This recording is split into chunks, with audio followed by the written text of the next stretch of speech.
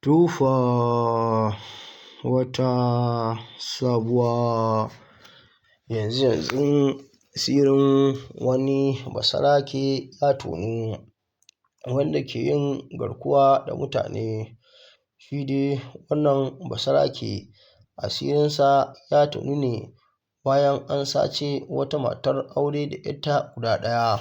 wanda ya zo wajen kimanin watanni 8 kenan, wanda kuma har yanzu wannan matar aure ba a sake ta ba. Tun daga dai wannan lokaci zuwa yanzu lallai waɗannan mutanen ƙauye suke zargin cewar wannan basarake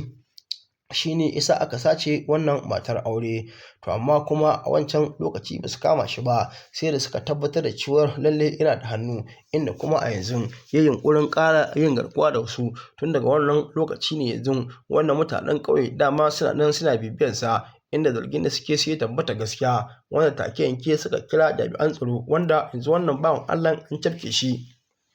a halin yanzu yana nan gidan yari tare da wasu mutane wanda ake zargin sun yi wannan aika tare.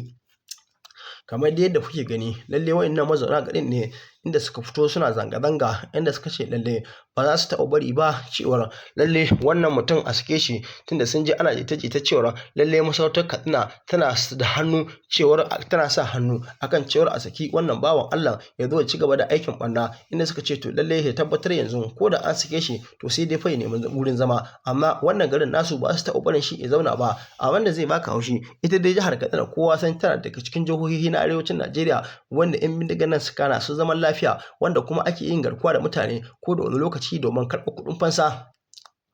Kuma abin da zai baka haushi shine ba wai karɓar kuɗin fansan nan ne kaɗai laifi ba, a'a shine idan an karɓi kuɗin fansan ma sai kuma a kama mutum a kashe saboda an isa, saboda yanzu 'yan Najeriya an riga an gane lagonsu, lallai ba su son mutuwa, to kuma duk lokacin da yanzu mutum ya fahimci cewa ba ka son mutuwa to lallai fa sai ya kashe ka, dan ba zai taɓa barin ka rayu ba. Yanzu ku duba ku gani irin abin da ke faruwa tsakanin 'yan Shi'a da gwamnatin Najeriya. Yau ne ya tabbatar 'yan Shi'a idan da ce ƙuru-ƙuru suna fitowa suna nuna cewa lallai suna jin tsoron gwamnatin Najeriya, ni na tabbatar ba za su rayu ba. Ku duba ku gani yadda wani lokaci idan sun fito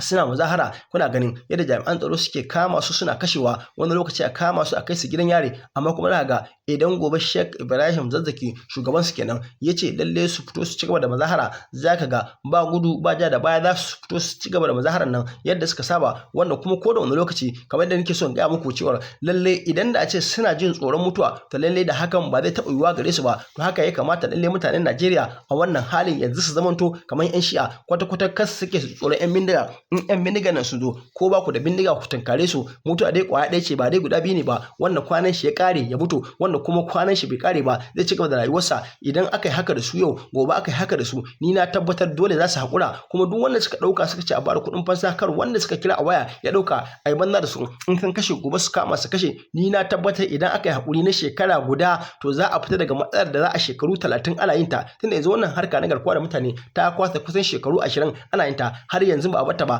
Yanzu da za a ce maka daga lokacin da aka fara kashe mutane daga shekaru 20 zuwa yanzu, a ce za a yi lissafi mutum 1000 nawa aka kashe ko mutum miliyan nawa aka kashe, lalle za ka sha matuƙar mamaki, wanda da ce lokacin nan jama'a sun riga sun haɗa kansu guri guda, duk wanda aka yi garkuwa da shi ba za a ɗauki kuɗin fansa a bayar ba. Ni na tabbatar babu yadda za 'yan bindigar nan su ɗauki wannan shekaru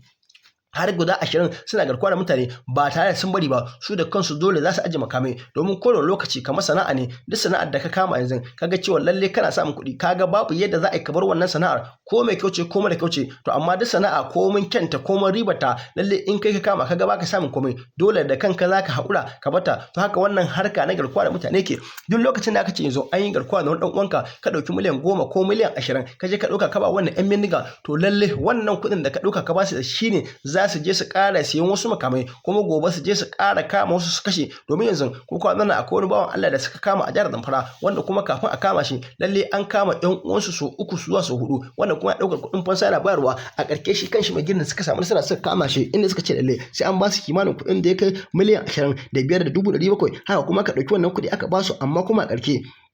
saboda cin amana da wannan yan bindigan suka saba a ƙarshe wannan bawan Allah shi ma suka kashe shi kaga ba su kashe ba to kaga asaran ta riga ta yawa domin da a ce tun lokacin da kama ƴan uwansu a baya lalle ba su ɗauki wannan kuɗin fansa aka bayar ba to kaga na shikenan to amma wannan kuɗin fansan da ake ɗauka ake ba su sai suka tasa wannan gidan gaba wanda kuma a ƙarshe kaga wanda ke bada kuɗin fansan shi kan shi yanzu kaga ba su bashi ba sun kama shi sun kashe shi saboda tsabar mugunta sannan kuma yanzu duk wani wanda yake da alaka da shi yanzu inda yana wannan yankin to ƴan bindigan naho ba su taɓa su ba dukkanin su ɗaya ba ɗaya sai sun dinga bi suna kamawa dole tun kuwa ai daukar kuɗin fansa ku bada har sai an kai ga an kula ku cewa kuɗin fansan ma ba za ku ibara ba an kama dan uwanku wanda kuma dole wani lokaci yanzu duk da wannan tsoron mutuwa da mutanen mu suke yi za ga wani lokaci in duke ta riga ta kare babu abin da za ka yi dole za ga yan bindiga sun kira waya ana ji ana gani ba za a dauki wayan ba dole ake hakura tunda dama in ya takamar ka sai da wancan ka sai da wancan ne to yau da gobe za a waye gari komai ka riga ka siyar ka ba yan bindiga sannan kuma su zo su ƙara kama wani naka sannan kuma abin da za ka siyar dole a wannan lokaci kai hakuri dole tunda ba abin da zaka sayar kuma dole ka ji kana gani kamar naka hannun yan bindiga in kuma kwanan sai bai kare ba Allah ya da shan su a gaba sai ga gaba ka dauki ko kwandalar ka bayar ba a karke wani lokaci kuma Allah ya sa mishi mafita in kuma kwanan shi ya kare kuma a karke sai ka sun kashe shi domin da dama za ga yan bindiga sun kama mutum sai shekara 2 ko shekara 3 a hannunsu da dauki kudin fansa an bayar ba amma wani sadadi ko dai a shiru da yan bindiga nan a karke su sake shi ko kuma a jami'an tsaron sojoji ko yan sanda su shiga dajin nan su kai musu samame a karke sai ga an ceto mutum lafiya kalo ya dawo ya ci gaba da rayuwarsa wanda kuma kwanan shekara sai ga yau a kama shi cikin sati da a tsare shi wanda kuma a ƙarshe sai a ɗauki kuɗin fansa sai an kai sannan kuma mutanen da su bindige shi ba tare da wani ɓata lokaci ba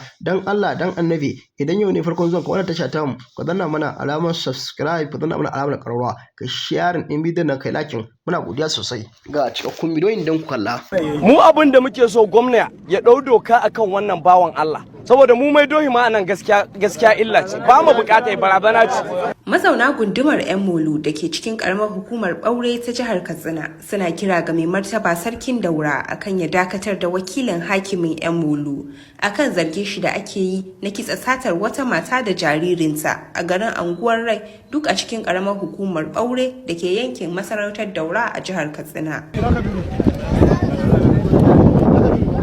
Shi dai wanda ake zargi da hada baki da barayin mutane wato kidnappers shine Iliya Mantau wanda kuma shine dagacin garin Mantau har yanzu kuma wakilin hakimin yan molu wato dan ruwatan Daura. Ga dai ƙarin bayani a lokacin wata zanga-zangar lumana da mutanen garin na 'yan molu suka shirya. Ba mu bukatar barazana ce, wallahi wanda zai sai da sa na 700 miliyan ɗaya wallahi bai sai kwana a gidan shi ban haka ko ban Allah na. Muna da tabbacin wannan. Wato kuna goyon baya muna goyon baya mu a cire shi ma mu ba mu ga amfanin masarauta ma da ta ɗaya da wannan bawan Allah har ya kai yanzu. Ba a cire ba kaga mun san da goyon bayan masarauta ma ta tsaya mar saboda ba mu ga amfani ba me ya nema mata gwamnati shi ya fito ya faɗi a jarida ya faɗi a ko'ina ya yi nuna kanshi a kan wannan harka baya ƙaunarta to amma sai muka ga abin wannan ya ɗau wani long time har ma a baya sai mu ji ana barazanar za a sako bawan Allah nan ko kuma an kira daga sama mu ji wai masarauta ta yi magana mu ba mu ga a gaba ɗaya masarautar 'yan molu ko kuma ƙorai lokacin gama ci gaba da ya kawo in ba illa ba babu wata ci gaba a gunshi mu nan muna karkara muna sakin dabobi a wakai mai akwai ƙananan barayi yaran shi ne muna tare da su dau awakai su dau awakan mutane su dau babura su dau shanu kuma duka babu wanda bai san su ba to amma can ma wannan abun bai faru bane to amma da ya faru ya huto dole ne mu yi magana a ko ina ko za a yanka mu za mu yi magana dan Allah saboda muna jin cewa wannan abun iyayenmu da suka taso tun ba mu da wayo suna zuwa kasuwannin mai gatari ina ne wallahi tallahi tun lokacin nan ake tare su mutanen nan barayin nan na karkara su buge su hudda musu wanduna su hudda musu kuɗi mutanen nan ba mu san a kusa da mu suke ba yanzu har Allah ya huddo wannan amma kuma ba a taimake mu ba a halin yanzu dai Iliya Mantau yana tsare a gidan gyara hali tare da wasu da ake zargi da aikata laifi na satar Zulaihat Sidi a garin Anguwar Rai gani muka yi an dauki lokaci mai tsawo kusan shekara guda ana ta fama wato abin yana ta jan kafa wanda mun fahimci cewa akwai wayansu wanda muke ganin cewa ta karkashin kasa suna bi suna kokarin dakile wannan bincike da ake yi suke kokarin su nuna ainihin wato su take wato su danne ta yadda wannan binciken ya kasa ci gaba a yanzu ne daga lokacin da wannan dama hakan bai taba faruwa a irin wannan yankin ba na kidnapping wannan wani bakon al'amari ne wanda kuma da ba a saurin ɗaukar mataki ba kila da Allah kaɗai ya san wato wani irin matsala abin zai iya zama kamar wutar daji yadda zai mamaye ko ina. Kuma ita kanta gwamnatin jiha, ina kira ga gwamnatin jiha a ƙarƙashin shugabancin Dr. Dukka Umar Radda a matsayin shi na wanda Allah ya bashi wannan hukunci ko kuma wannan ainihin wato haƙi na shugabanta al'umma wannan jihar. Kowa ya sani irin bayanan da ya yi, to muna so ya tabbatar mana da wannan bayanan ba don komai ba, tsakani da Allah wannan bawan Allah yana taimakon jihar Katsina. Dalilin da yasa na ce yana taimako dai wannan bawan Allah da aka sace matar shi kimanin wata 8 zuwa 9 da suka wuce da ɗanta,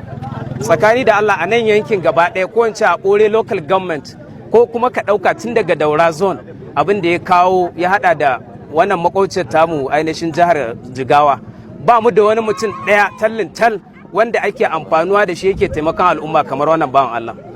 Wallahi tallahi ba mu da shi, ba mu da kamar shi, sai dai ko nan gaba Allah ya fito da shi.